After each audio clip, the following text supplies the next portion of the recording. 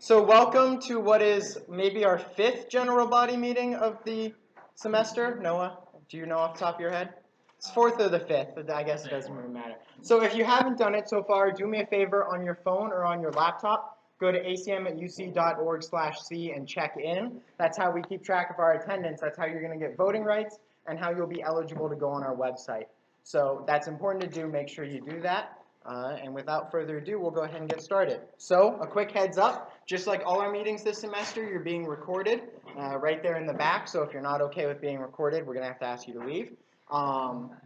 That means, though, that all of our resources after the meeting are going to be available, including this talk recorded. So if you ever have follow-up questions or you want to see the resources, we post that all for you on our GitHub archive. You just have to go out there and find it, and then the videos are on our YouTube channel. So, without further ado, let's go ahead and do a little bit of a drum roll. We hosted a UC-hosted ugly website competition where we asked people to upload ugly websites to the UC servers, and our winner was William Cupp. So, is William here? Yeah, congrats. So, you and I can talk on Slack about getting you your Raspberry Pi for winning. I do want to show everybody our submissions, but warning on Williams, there are flashing colors, so if that's an issue for you, don't look.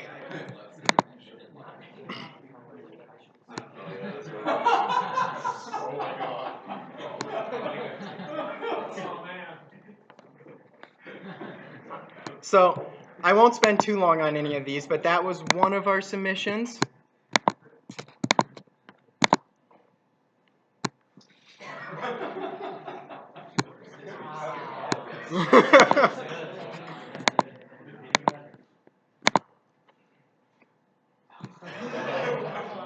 And the best part is these are all hosted on UC servers. And then our last one, which features yours truly.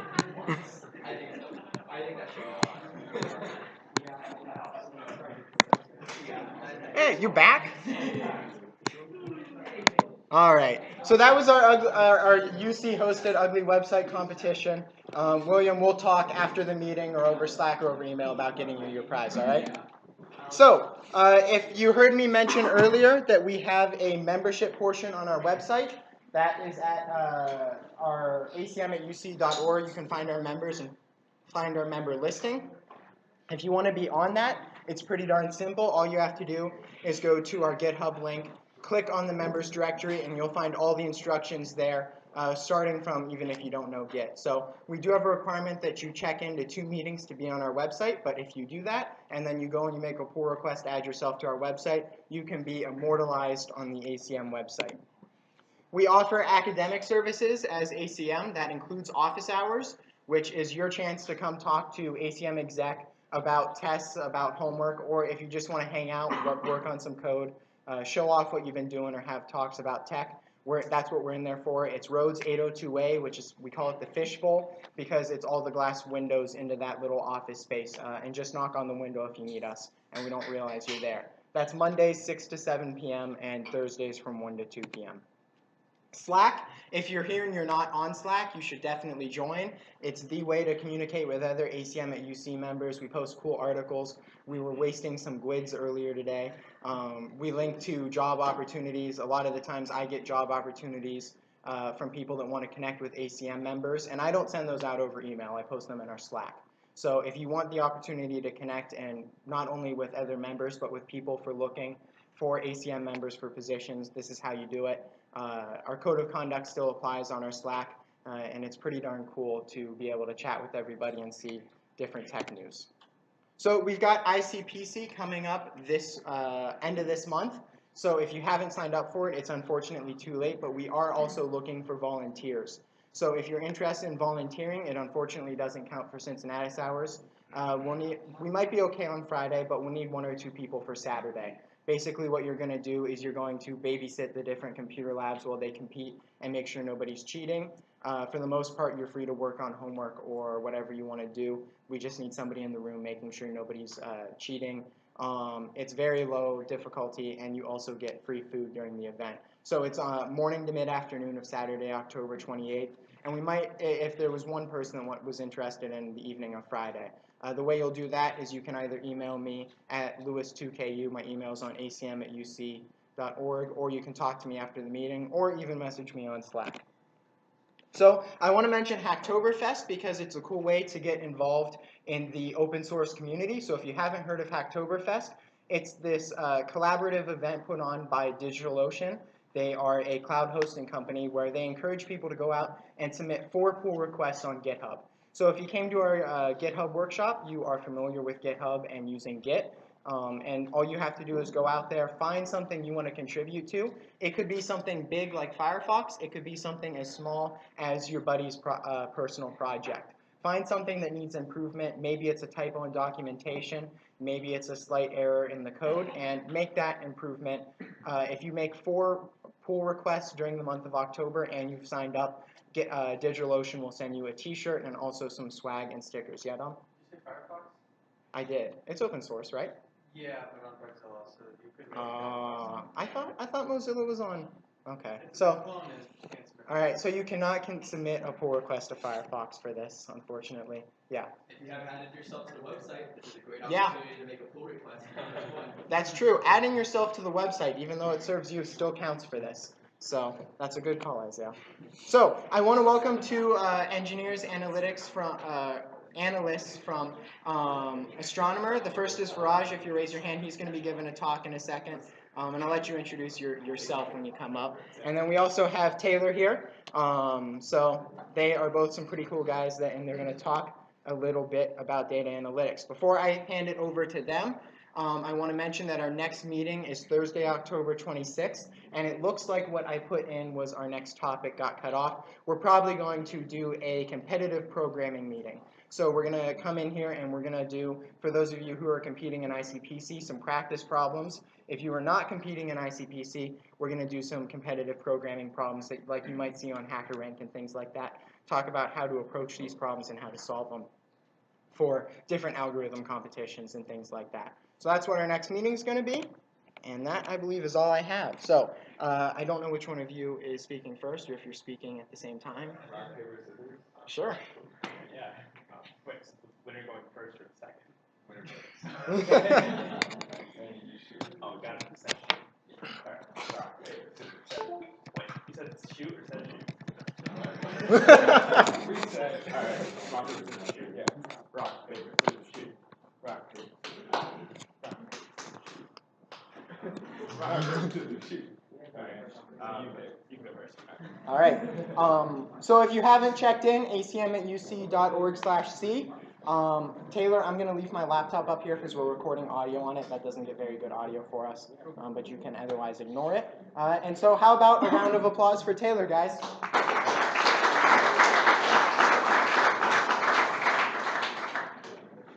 So you should be able to just plug into that mini display for you.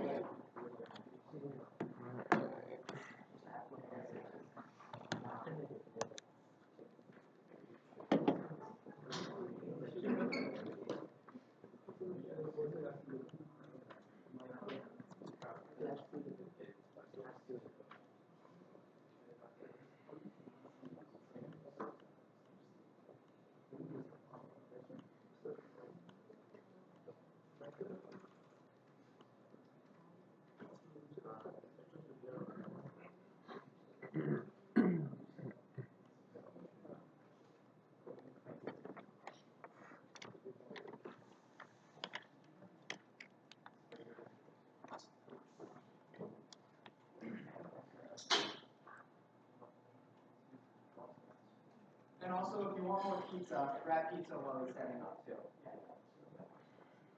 We have plenty, it looks like. Yeah, we have plenty. Do you need we should be able to connect to UC gas, actually.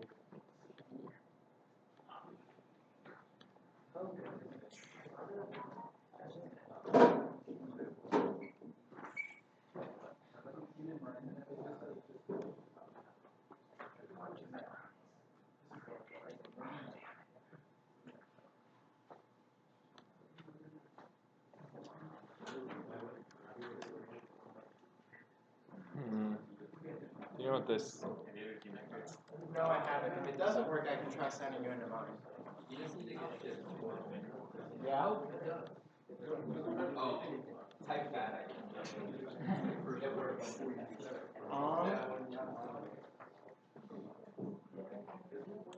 UC Red Off Pub. I've never seen that. You want to try using mine? Sure. I have no idea what I'm doing. Where do I find Wi-Fi connection? I've never been a Mac user. You can pick one there or type it in.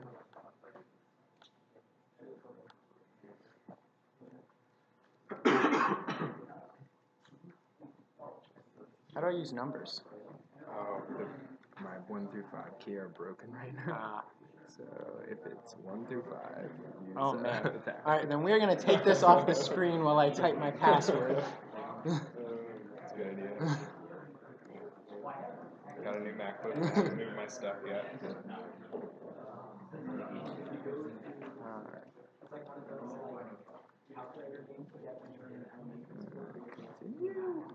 I've never seen that. What? Oh, okay, that's you. Yeah. Is this pull request? This is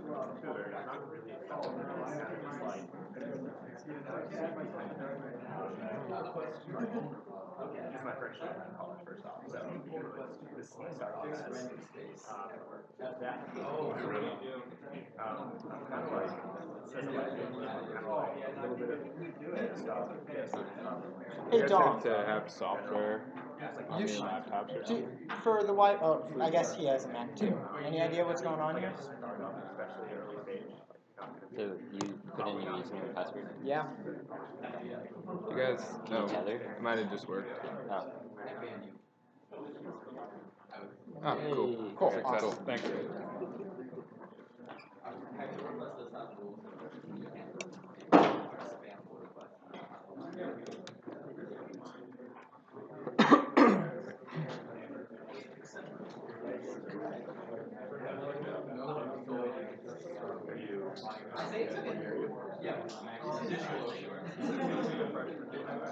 Sort of halfway. Okay, cool. Pretty good.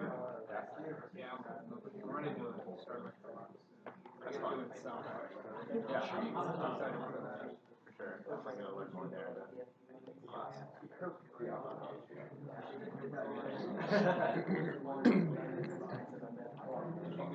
I know you put it up on the slide, but I don't remember where you went.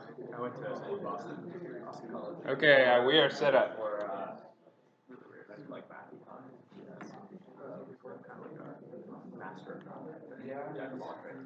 So I'll probably try to go like 15 minutes, and then Viraj will do about the same. Should we do questions like after we both go or between the talks? Probably after each talk, right? Okay, yeah. So try to not give you too much information and ask questions at the end. Yeah, about 15 minutes or so. This is 2.0. 1.0 of this talk was given at our data science meetup a couple months ago. Yeah. I guess I should introduce myself. So my name is Taylor Edmiston. I work at Astronomer. I've worked at a couple other startups around town before that, and I went to Wright State for a CS degree, graduated in 2012. I've been doing some sort of development ever since, mostly in Python. I really like Python. We use a lot of Python at Astronomer. We use other stuff too, though, but Python's kind of my bread and butter. So this talk is mostly about tools that we use around Python, especially Apache Airflow and Apache Spark. And if you've never heard of either one of them, that's okay, because we'll explain the basics. And if you know a lot about both of them, then this might be a boring talk, but hopefully that's not too many people here. Work for us to know a lot about both of them. Yeah, actually, come work for us. Okay, I just like to start off with like cartoons and funny stuff. So, you know, people say you can't copy and paste pseudocode, but they have never written Python where you can actually write print hello world and that's the whole thing, and there's no boilerplate and there's no standard out, there's no, you know, Java stuff. It's just a sign of where we're going here. So 5 sections really, sort of a crash course in like data engineering stuff, then Airflow, then Spark, and an intro and a wrap up, and then Viraj's talk will dive into like, I guess the data science side a little more. Sort of like visualization side, yeah. Visualization, Like yeah. I did my background. We like Stack Overflow. I just put this in here for karma. But I think this is kind of useful too. So when I was an undergrad, I was president of ACM at Wright State for a couple years, and I think like what you see is the people that come out for stuff like this are often like the best students in the program, right? Because they're willing to like dedicate their personal time to, you know, side things or side projects or just developing skills that not everyone will do on top of their CS or their CEG degree or whatever. And I think Stack Overflow is sort of like an extension of the same idea. You guys have knowledge in a bunch of different areas that some people out there don't have. Just happens that I've been able to answer a lot of good Python questions on Stack Overflow and CSS stuff too for whatever reason. I got started in front end. But I think it's kind of cool when you come out of school because if you can show someone your Stack Overflow profile, this speaks numbers at a place like a startup where we can say, oh, like you've somehow reached 500,000 people on Stack Overflow. Like maybe you know what you're talking about a little bit. That's kind of cool. So just sort of like casual advice. And I got to meet Guido last year, the creator of Python, so that's kind of cool.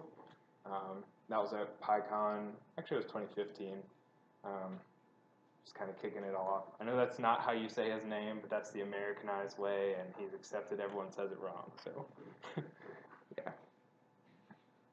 Okay, so the data engineering side, basically what we have here, and this quote is from Maxime, who created Airflow at Airbnb, and before that created a similar framework at Facebook. I don't know what it's called. Do you know what it's called? No. Whatever. Facebook has an internal Airflow as well. So he says, data engineering can be thought of as a superset of business intelligence and data warehousing, and it brings more elements from software engineering. So once you get out, I know you guys have done a lot of co-ops and stuff already, but once you get out into the real world and start working jobs full time, you'll learn that like everything around software also has non-technical people, analysts and BI people and all this. And you know, data structures and algorithms are great, but at the end of the day, like there is a business person that wants to do something with the data that isn't technical enough or like shouldn't be writing SQL queries, and they need dashboards and visualizations and stuff like that. And BI people do a lot of those kinds of things. And so what data engineering is like the Web 2.0 of the BI world, where instead of having analysts build a lot of things by hand or run reports manually, we were like, what if we just put software engineers on this and then they just automated everything, right? And that's sort of what's emerged. And Airflow will just be one really good example of a framework that does that.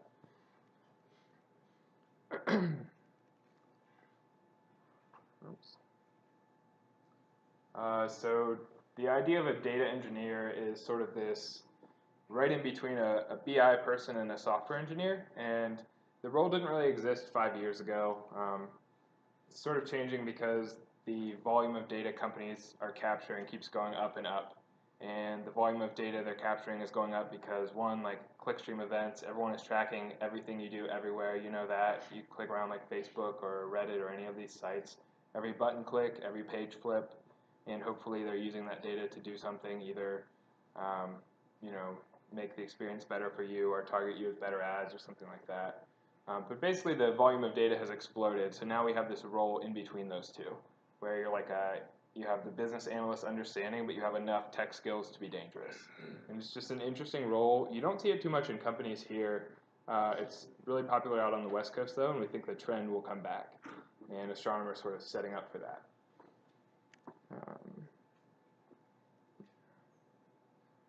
And just for a little bit of background, Astronomer, where Viraj and I work, we make two products. We make a data engineering platform, and one side of it is clickstream events. So that's like as simple as you click a button on a website, that company sends us a little JSON blob that says, you clicked button X, your user ID is this. Maybe they're A/B testing and they say you got color scheme 1 and this other person got color scheme 2, and they want to see, you know, which one is performing better. And then the other side of the company is batch workflows. What you kind of learn in this space is there's a lot of different terminologies that all mean the same thing. So like workflows, pipelines, we call them DAGs. I'll probably use all the terms interchangeably, but they're basically all the same thing. The idea is you have some series of tasks, and you know, one happens after the other finishes. And if the first one fails, then the other one shouldn't run. And then once you have that, then you start building out a little more structure, like, well, maybe what should really happen is the first task should go off, and if it fails, a different task should run. But if it succeeds, then this whole tree or DAG, directed acyclic graph of stuff will run. So Astronomer is like a platform underneath all of this. That workflow side is basically Apache Airflow as a hosted service, and then we build out a few more components of it, and then we have a really good infrastructure ops team that keeps everything running. So the idea is sort of, yes, you can run Airflow yourself, and for like side projects and whatnot, that's great. For a business, you want to run in a cluster environment where you can scale things up without having to hire more engineers. You want someone that's going to keep that cluster up, have good uptime, and when things do break, you want a professional ops person to go in there and fix it. You don't want to have to deal with it yourself. So I think, getting Airflow running is relatively easy. Getting Airflow running at scale in like a fault-tolerant manner is a little more difficult, but we're doing that today. So to dive into Airflow a little bit more. So the official definition from Maxime is Airflow is a platform to, I had to change all the Airflows. Anything that's an Apache project, we had to put the word Apache in front because they asked for that for like trademark reasons or something. So Apache Airflow is a platform to programmatically author, schedule, and monitor workflows. Same kind of thing. And I'll actually show a real-life example, too. I don't really like to lecture and just give all the theory without showing a real example, so I'll show that right after this. You should know that there are some other competing frameworks in the space. Spotify built their own. It's called Luigi. I think it's a play on like the pipes in Mario. Play on words on that. And then LinkedIn has their own called Azkaban. That's kind of interesting because LinkedIn was one of the first companies to really do clickstream data. As you know, you click around LinkedIn, you're getting tracked everywhere. They know everything you're doing. And you think LinkedIn's kind of like a weird service, right? Because like to an engineer, like I just have a profile and like companies and people look at it, recruiters look at it, but they make a lot of money from business people. There are a lot of people that pay LinkedIn. LinkedIn is a huge public company. So just something to think about. Companies like that have huge tech budgets, so they invest in building tech that eventually becomes the open source thing everyone uses. Yeah. And actually, Airflow is kind of a good example too. That came out of Airbnb, which is also one of the biggest unicorns of the past decade or so. In Airflow specifically, we have a bunch of different components and everything's very extensible. There are some core ones that are built into the framework, so you can think these are equivalent of like what's in your standard library in a programming language. We plugged Hacktoberfest earlier. Airflow is all open source. You guys can open PRs for Airflow. Actually, we're going to try to do some. I think I have one PR for the month so far, maybe two. But you guys can open PRs in Airflow too because Airbnb, pull requests, sorry. Airbnb has it all out there on GitHub. Actually, it's under GitHub/Apache/Airflow Incubator now. And then just some examples of companies that are using Airflow in practice. Of course, Airbnb, Astronomer, HBO is doing it, Lyft, If This Then That, New Relic, Postmates, Robinhood, Stripe, Uber. That one's a little political because they forked it and then they kept their fork closed source and they didn't share the things that they added to it, so it is what it is. But yeah, long story short, I'll send these slides out too, but if you click this link, you can see more companies on GitHub. They have a growing list of like 100 or so. Most are running it internally. We might be the only one that's running Airflow in like a service manner where other people can use it. And then at a high level, you have like 4, 5, let's say 4 different major components. So the DAG itself, as I described, or the pipeline or the workflow. And then within that, and I'll show the real example in a sec that will clarify all this, you have these sensors which sense things. That's a little hand wavy, but one example is you have files on Amazon's S3 service, right? And you want to do some sort of report or workflow that fires off after some files land there. So your S3 key sensor, you literally just give it a path, a file path on the S3 bucket. And if it detects files, it's going to say, true, okay, return on.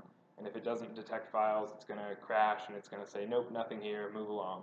And it can fail too if things go wrong. But in general, everything is either like a skip or a success. So that's the idea of a sensor. There are other sensors too for all kinds of file systems, or for example, if you were scraping a website and you wanted to run the scraper every day, you might have a sensor for like, is the website online? Can I actually do like a head request or a GET request? So after you do sensors, usually you're going to run an operator. And an operator is where all the meat of airflow happens. You can think about the DAGs themselves just as like a hierarchical skeleton, and then the operators are where all the actual code lives.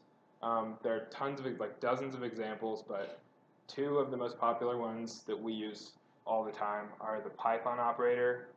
So you literally just define a Python function and then say, I want this config to apply to that, and the Python operator goes off and runs your function, does your work. And then the Docker operator, with that you supply like a Docker image and a tag, and it will spin up the Docker container for you. You know, run your stuff. You supply a command to it, it'll run your command inside that container, and then you have a little control over what happens when it finishes. Like if you want to write the results back to S3, there's an operator to do that. If you want to, it's just like a couple of kilobytes of data. Airflow's got this thing called XCOMs. You can just return it back, and then your next task will receive that data automatically, so that's kind of cool.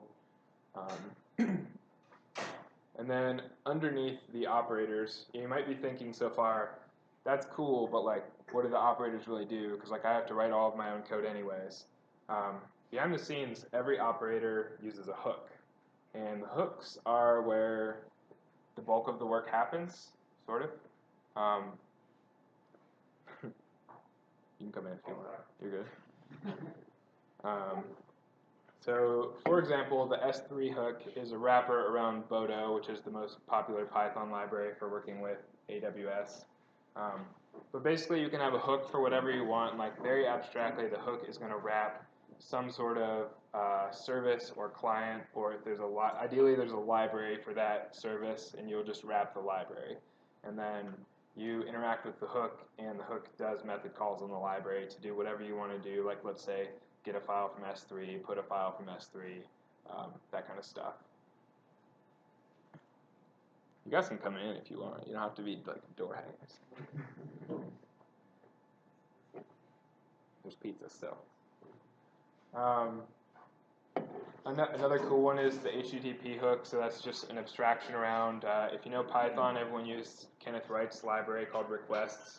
We don't really have a great implementation of HTTP requests in the language, and it just happens to be a really well thought out library. Like it's one of those rare things, and I think not everyone appreciates this in the academic world, because in the academic world you get to write a lot of your own code from scratch. At least, you know, my projects in school were like this, and it was 5 years ago, so maybe times have changed. But we didn't use very much open source stuff. It was like if you have a data structures assignment, like you're writing everything raw, and sometimes you can't even use what's in the standard library because they want you to implement the sorting algorithm or whatever.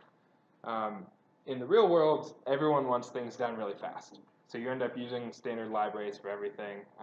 Like I said, requests is just a great library in the Python world. It's the one everyone uses. And it's sort of this rare example of, has a great API, and it has a great implementation, and it's just like, it's well written, it has great docs. It's great. Anyway, HTTP hook is a wrapper around that. And then you have hooks around databases too.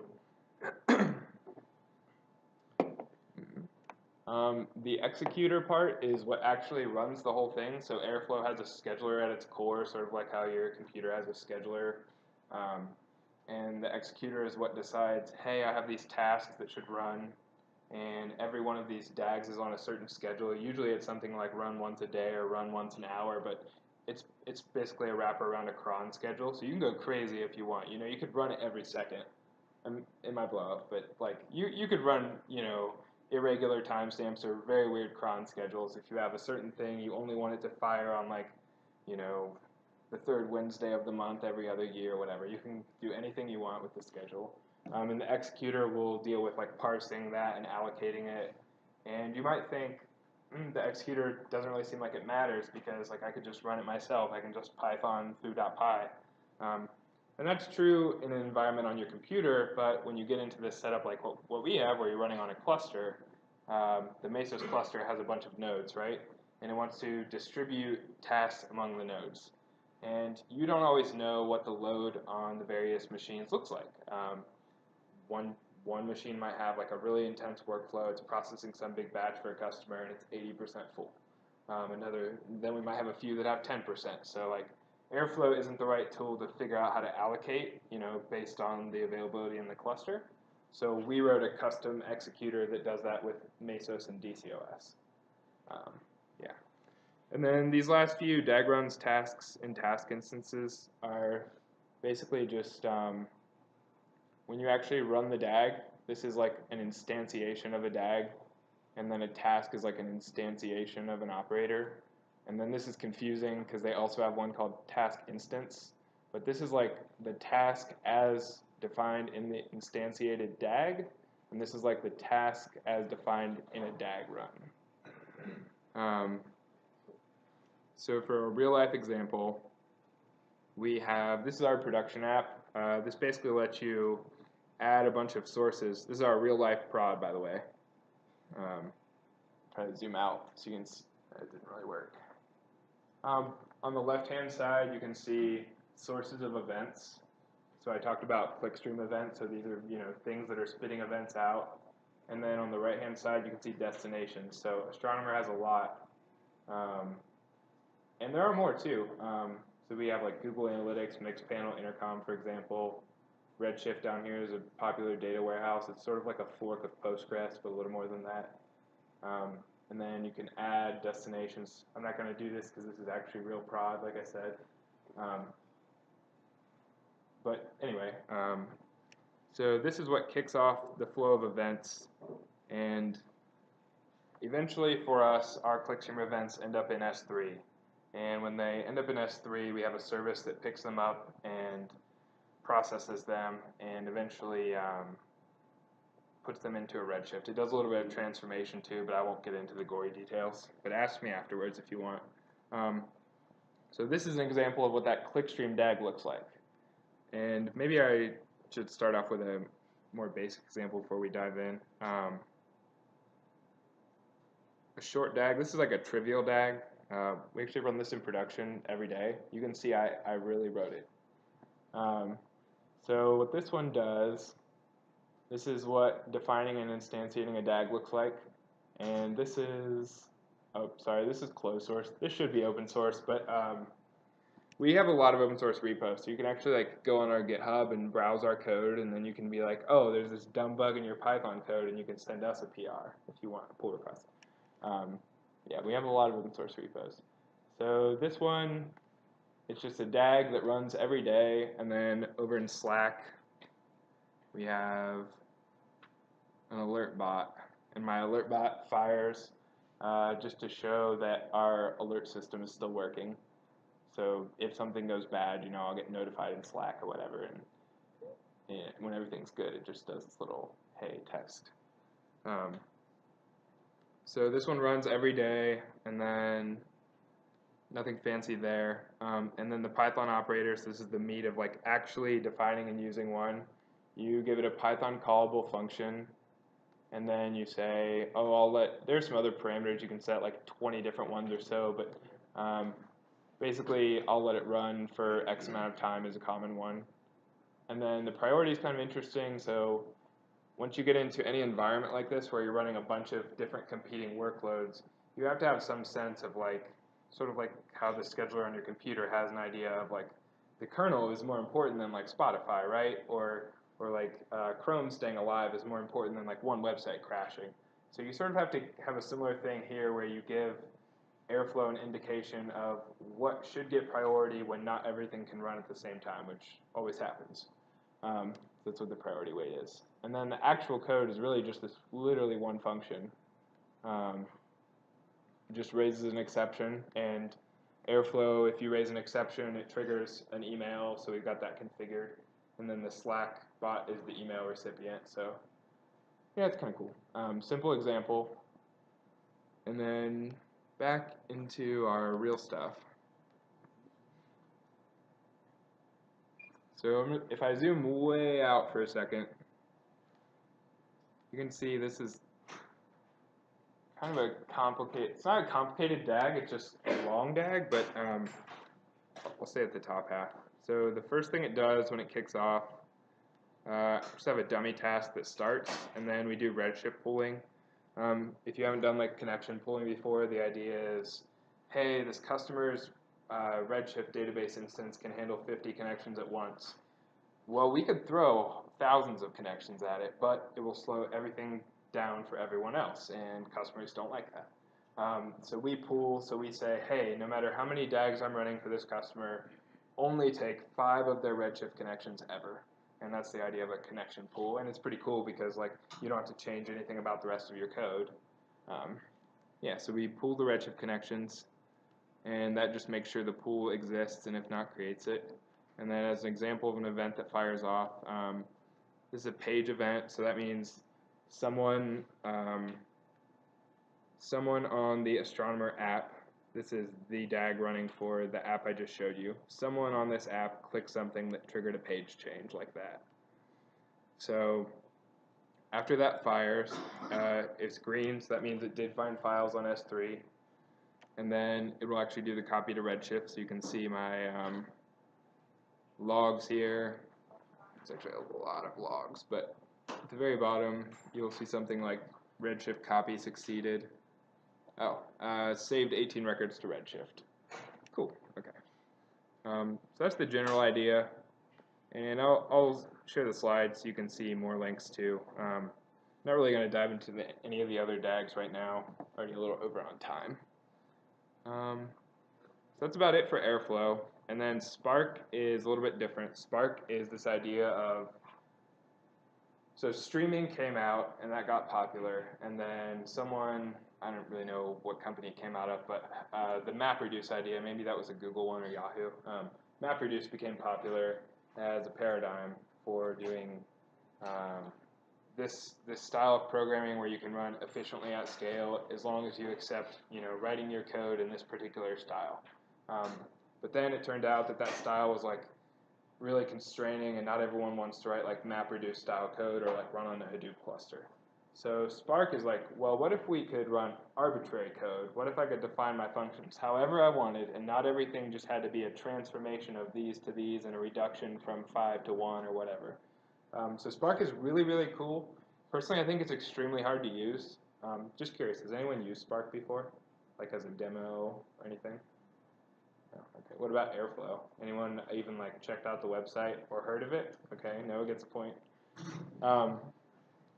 Yeah, so I think Spark might be a little hard to appreciate until you've like seen or like try to use Hadoop or MapReduce a little bit, and then you'll see, okay, this actually does some really cool stuff for me.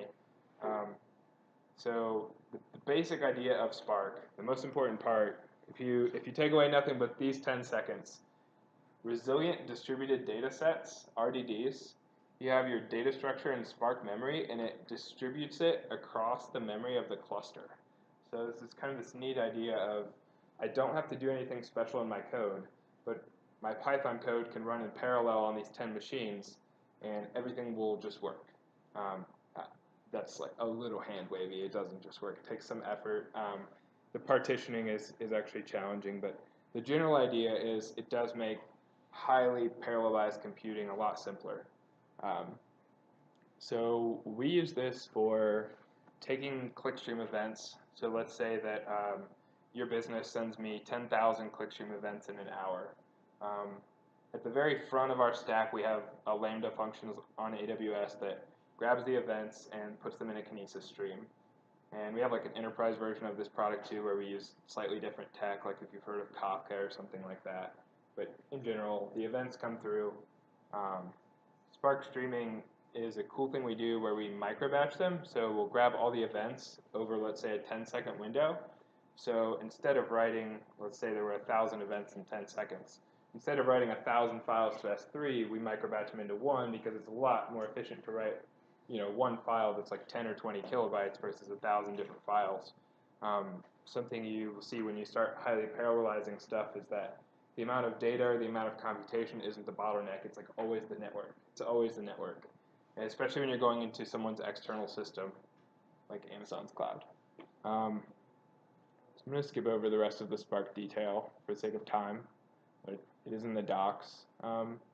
This is sort of what I described our setup, where events go into Lambda, and then a Kinesis stream, and then Spark streaming, S3, eventually they hit Airflow. Okay, so just to wrap it all up and let Viraj get a chance to talk too, there are links in here, so you can go do the Airflow tutorial if you want. The quick start will take like, I don't know, 20 minutes or something like that. It's really easy to install and just get running.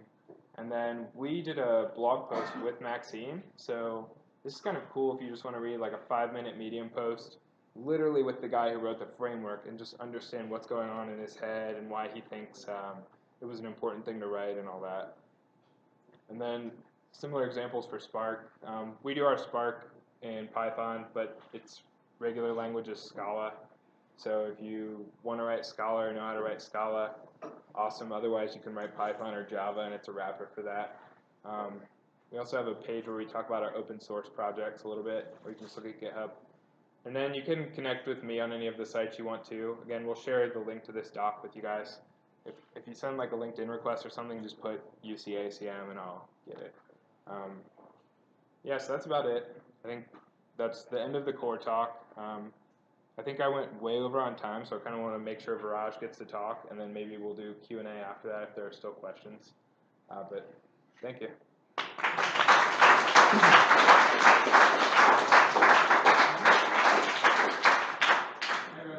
Taylor's slides are available. GitHub.com/ACM UC/archive. I have them listed on there. So if you're interested, let's find. Thank you. We're still alive. So we've got more pizza up here, so if you're hungry, please come get more. I don't want to take it home. And we've also got 2 Mountain Dews, and that's it. So if you want to be one of 2 lucky winners to get a Mountain Dew. Yeah. So do we have straight HDMI? Yes, I do. Or I can I have mine posted on Jupyter, so I can probably I can send it to you. I have an HDMI. Yeah, it's hard. I think hopefully it's something the way from the document or Spark or even Astronomer. A lot of A's for Spark. I've gotten some feedback to add more technical detail. I've gotten some feedback that there's too much technical detail, but I'm like, I don't know. All right. Yeah. The last. See if that works. We did like a video most of the people there like business intelligence people as tech people, like not developers, but maybe they can write like SQL. Cool. There we go. All right, guys, a round of applause. Slack message.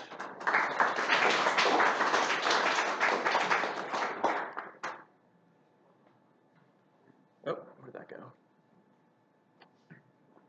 Give me a second. All right. Sweet. Where's my mouse? Alrighty.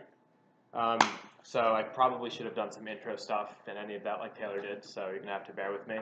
I also should have used Dropbox Paper because it's a much nicer presentation tool than writing stuff on a Jupyter notebook.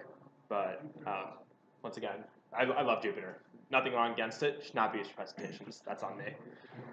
Yeah, so I'll just kind of freeball it. I'm Viraj. I graduated from BC in Boston like last year, so class of 2016. I'm working at Astronomer now. Kind of really weird. I did like some math and CS and econ in undergrad. Was going to go work on Wall Street for the longest time. And then like you'll kind of see this when you're near graduation, like all your plans start happening and then like they don't really go that way sometimes. So I moved to Cincinnati as part of this fellowship called Venture for America, whose goal of it is to connect recent grads with startups that aren't in New York, Boston, or LA. I'm happy to talk more about that, more about entrepreneurship, any of that. If you're not sure what you want to do after graduation, but you're interested in startups, then I would highly recommend you look into VFA. That's the reason I'm in Cincy right now. I'm from New York, went to school in Boston, moved to Cincy, and that's kind of like an unusual story from what I can tell here so far. Yeah, so hired Astronomer, kind of do a lot of client-facing data stuff. So kind of this talk's just kind of going to go over like intro to data science. Not really gonna get too mathy into it because like A, I don't really remember that stuff too well. Yeah, and then B, like it's not fun to sit here and look at equations on a whiteboard. Well, it might be, but that's not what I want to do after work. Maybe before. Yeah, so kind of like every data science workflow or every data project that you're going to be brought into if you're working at a company or going to be doing some infrastructure stuff or a business requirement or anything, there's kind of like 4 steps that everyone thinks you should do. It's like, all right, get the data, look at the numbers, do some math. I'm like, cool, here's my bar chart that gives me my explanation, or like, here's my really nice like word cloud, but you shouldn't use word clouds, but like, you know, like this is how it's supposed to go. And I think in my experience, like this is how they actually go. So first off, it's like, cool, like I want to do some data project. Well, how am I going to get that, right? And step 1's actually pretty hard. It's like, cool, I want to look at like, I don't know, like ride sharing rates. It's like, all right, cool. You know a lot of math, you know a lot of good CS, but if you can't get it, then it doesn't really matter what you're going to do, right? Second step is cleaning, and this is like the bane of my existence, and like comma splices, like when you're moving stuff from local files to databases, like, oh cool, I have this one column that is, it's an integer for 9 million values, but there's one letter A in it because someone mistyped something, and now like I have to go in and clean that stuff, and that also kind of sucks. And then you're like finally get everything ready, and you're like, all right, sweet, like I can look at numbers now, I can kind of use all my knowledge I have, and then you realize that like, wait, nothing makes any sense. So you go back and clean more, and you go back and get more data, and then you end up like, okay, cool, like I can do stuff now. You visualize it, and you're like, all right, like this still doesn't look right. So you go back and clean more, and then you can do some more creative stuff, bring in extra data sets. Like I think step 6 is when like you have to start thinking creatively. Then you can do some math to it, and then you're gonna realize you have to do everything else again because that's kind of the way things work, and you have some arbitrary deadline assigned from somebody who doesn't really know what the project needs. So it's a lot of fun, right? Like, I love my job. Yeah. Oh, sweet. He actually does love his job. Yeah. All right. So if you're just getting started, I think the best thing to do is like you have to do something you're interested in, right? So if you're interested in data science, right, and you want to know what like it would actually be on the job, is like you got to pick a problem and start approaching it. You also should pick something you're interested in because like following some arbitrary tutorial about like the iris data set or something that like every single one uses is just never going to do it for me. Like if you're not interested in what you're doing, you're not going to think creatively about it, and then you're just going to end up following some tutorial line by line and just like you'll finish it and you'll learn something, but you won't get as much out of it. It won't like encourage more interest. So I would always say like anytime you're learning something, like pick a problem you're interested in, like an interest you have, or collect your own data or something, and like do that. Like don't touch the iris data set, because that's what like if you ever do like an intro machine learning thing, it's going to be like, we're going to classify these flowers based on these things. And it's like, I'm not a botanist. I don't really care about that. So I'm a huge NBA fan. I've actually lost more money than I've made, not like gambling on shit. Whole other story. But yeah, super fun. Also lines up with data. So this talk's going to talk about playoff LeBron and how I'm going to go about trying to see if there's such a thing as playoff LeBron. And like I said, I'm not going to get too mathy because we can kind of crank the wheels all day with that. And it's going to be mostly a visual representation. I'll also put these slides on GitHub. They're on GitHub, but I'll send them to Noah. This is just one giant notebook, so you should never make a presentation like this, but got to know what not to do. All right, so step 1 is getting the data, like I said. It's usually the hardest part, but thankfully, like, open source stuff is pretty cool. And there's, like, this NBA Pi package is just a wrapper around the Python request package that like scrapes the website. There's some really cool visualization libraries here: Plotly, Matplotlib, and Seaborn. Pandas and NumPy. If you're doing any data stuff at all in Python, you're going to be using Pandas and NumPy the whole day. I think that's like probably 60% of my job is spending time in Pandas and NumPy, even though it's more Pandas for cleaning stuff than anything. Highly recommend, like, the way Pandas is written by this guy, Wes McKinney, really knows what he's doing, and it's just a great library in terms of what it can be used for, and the community behind it is great, and really extendable, lets you do your own stuff, and Pandas 2 should be coming out soon too, which should be exciting. Yeah, so kind of let's dive right into it. So I wrote some really basic functions that just says, get me my data, and splice and clean it accordingly. So this is an example of like a helper function you're going to use. So data is nothing without context, right? So anytime you're working through a data workflow, just think about it in the sense that like, if I hand this off to somebody else, will they know what I'm doing, right? So little helper functions like these that just decrease the overall code count, like lines of code you have, and like tell you exactly what's going on are really helpful. Does anyone here use pandas for anything? Sweet. So I'm going to kind of like do a really quick dive into pandas, right? So this is just some arbitrary function, going to get some data on LeBron, and pandas dumps everything into a data structure called data frame. Data frame is literally just a spreadsheet, but it's Python-wise. So it's just, it takes a bunch of arrays and gives them key value things. So like this game ID is just an array, right? And I can refer to it as I would a dictionary. So game ID, so it's like df, game ID 13, because this is the index on it, and it gives me that value. It's literally Excel ported into Python. That's the way I think about it. Under the hood, it does a lot more impressive stuff that I don't really understand, to be honest, but it's really cool. Yeah, so first thing we're going to do is we're going to get some regular season games by LeBron and just kind of filter out games that he's rested in, right? So this is another example of like a really quick little helper function. This one converts one of these times up here to the right data type. I'm just filtering some stuff out, right? We're going to do the same thing with playoff numbers. And Pandas has this really cool feature called Describe, where it's kind of a 5-number summary of any data set. So it's really impressive that you can get all this information with one call, right? So I can get these two data sets. And the coolest part is Pandas is really extendable, right? So any time you call a Pandas function, it returns a data frame. You can manipulate it as you would another data frame. So right off the bat, what this tells me here is how does LeBron play different from the regular season to the playoffs? And I'm taking the difference of each of these columns, element by element, and all I have to do is hit subtract, right? So if you imagine if you're working with 2 Excel sheets and you're like, all right, like I want to subtract this sheet from this sheet, like kind of a pain in the butt for Excel, but Pandas takes care of it really easily. Like it's built by devs for devs to like avoid using Excel at any cost. Yeah. So I'm going to skip step 5 for now, but I'm just going to clean some stuff up. So step 5 was the first visualize, by the way, because what's going to happen is you're going to do some stuff, you're going to visualize it, and you're going to be nothing looks right. So we're going to skip that nothing looks right now and kind of get into some more interesting visualizations. Wrote this like small set of functions called NBA helper functions and put out a shot chart, right? So this is a shot chart of LeBron's last 2 playoff series, all with like literally not that much code at all, right? All I'm saying here is give me the title, show the legend, define the grid, and tell me what I'm putting in here, right? Definitely should have made this its own window. That's on me.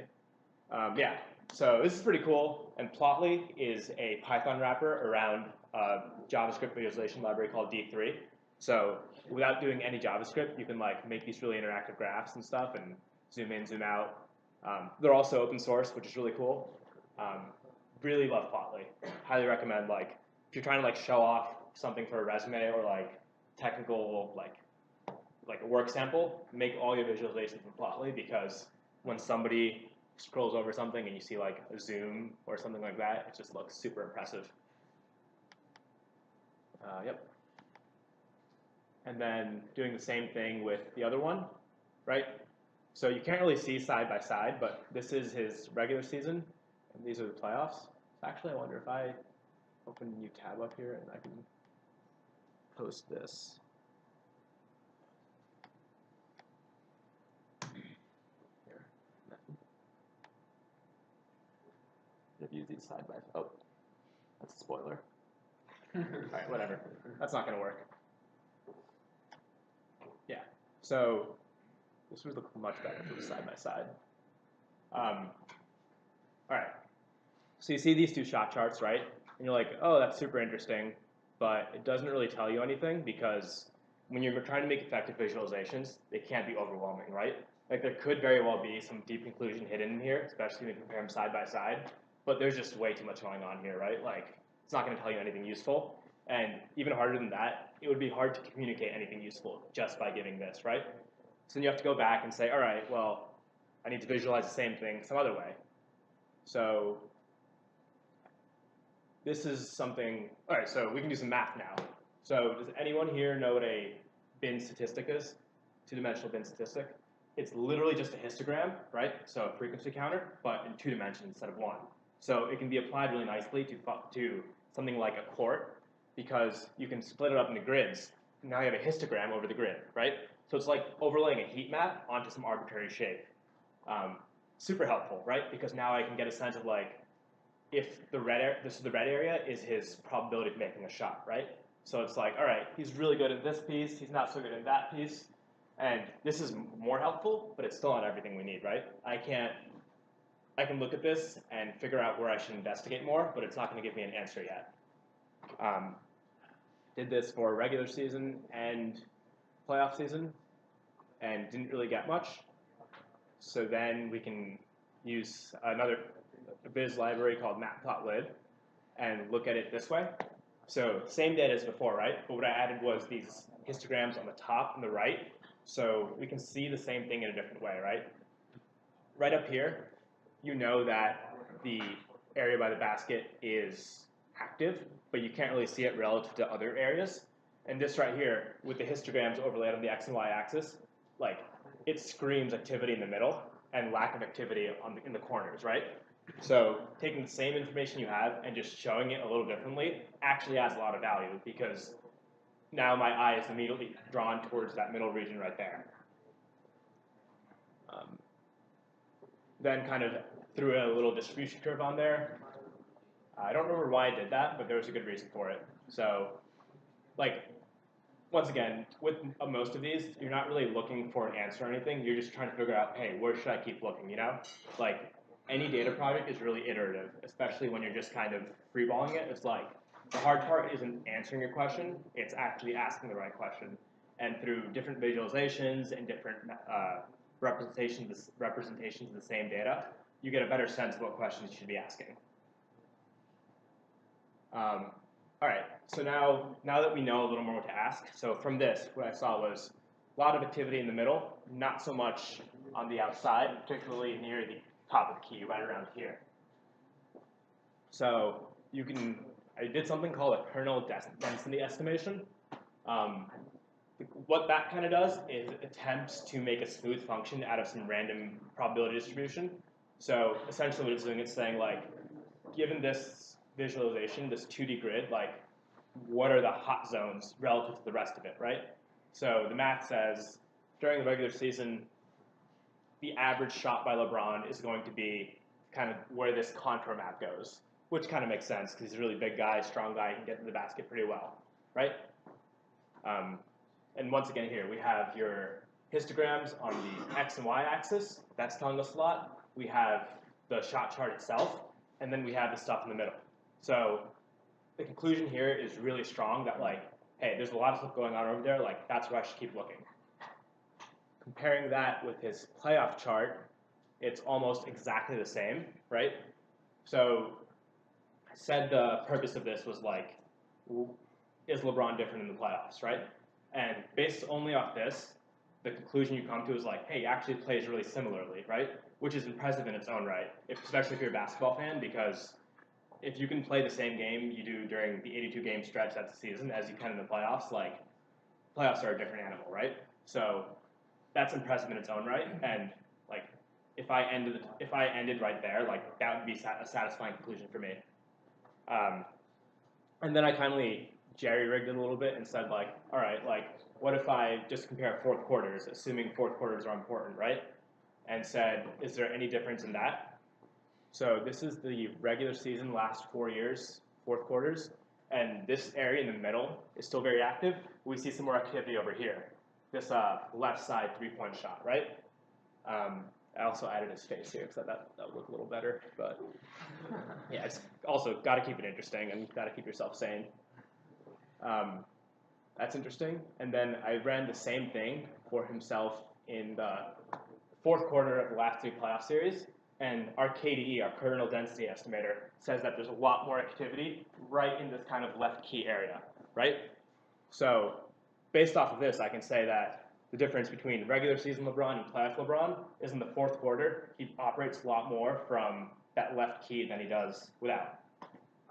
Obviously, you would want to do a lot more math and a lot more like, you could probably do some like significance tests and all that to actually verify that. But if I was doing this for a project or something, this shows a clear line of thought. This shows that I ran all of this splicing and all these other different functions, and I know where to look now, right?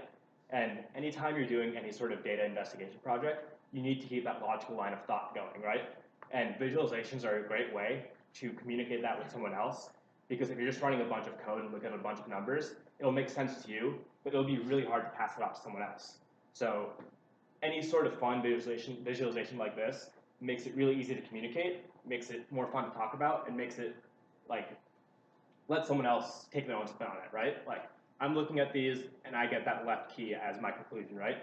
And I might do a lot of math and A/B testing to like dig more into that. Somebody else could look at this and say like, hey, actually I'm noticing something on the right side a little more. I'm gonna look into that my own self, right? So it kind of opens the doors for more collaboration because it's easier to communicate about. I think that was everything I had. Yeah, I don't know, did I do okay on time? Yeah. That's good. Yeah.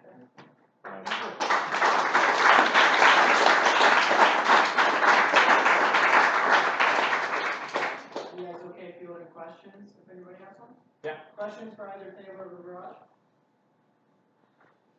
Anybody got anything?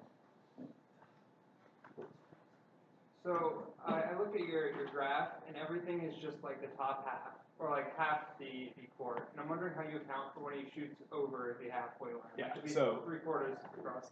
Probably should have accounted for that. What I did was on my, it returned the coordinates of the court as X and Y, and I just did a 180-degree flip on everything, or like a hard absolute value, so that even when it's the other side of the court, it's still showing the same. So that would count under the stuff that the first time you look at it, something doesn't seem right? And you have to like think about it like, oh, like there's a full court, right? X and Y, if I just flip everything over, I'm gonna be right. So that's one of the things that like, you only get to that by like looking at the data for a little bit, and you're like, oh, I have to do a transform, an additional transform.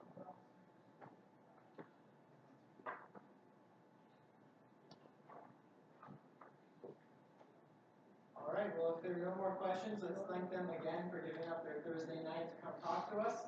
If